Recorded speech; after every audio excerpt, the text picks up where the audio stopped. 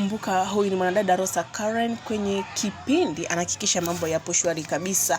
Na ningependa tu kuzungumza mambo machache tu kuhusu hii Christmas ya mwaka 2025. Imekuwa ni Christmas nyingine ambayo Wakenya wameamua kuwa na umoja usio wa kawaida. Yaani wameamua kusherehekea na nguo aina moja, nguo ya aina ya 3D. Na hivyo serikali kuu ya Kenya inasema kwamba itazipiga marufuku nguo hizo.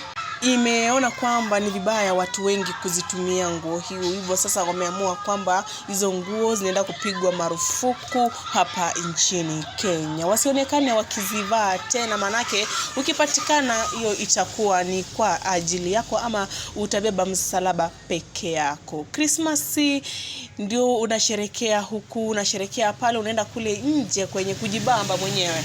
Lakini sasa nguo nayo ambayo unatumia, na sio tu hizo nguo za 3D peke yake, bali pia wamesema kwamba wanaweza pia kuzipiga marufuku jeans za blue na t-shirt za rangi nyeupe. Jitahidi na ujihatari sana usipatikane kwenye shida hiyo, mpenzi mtazamaji.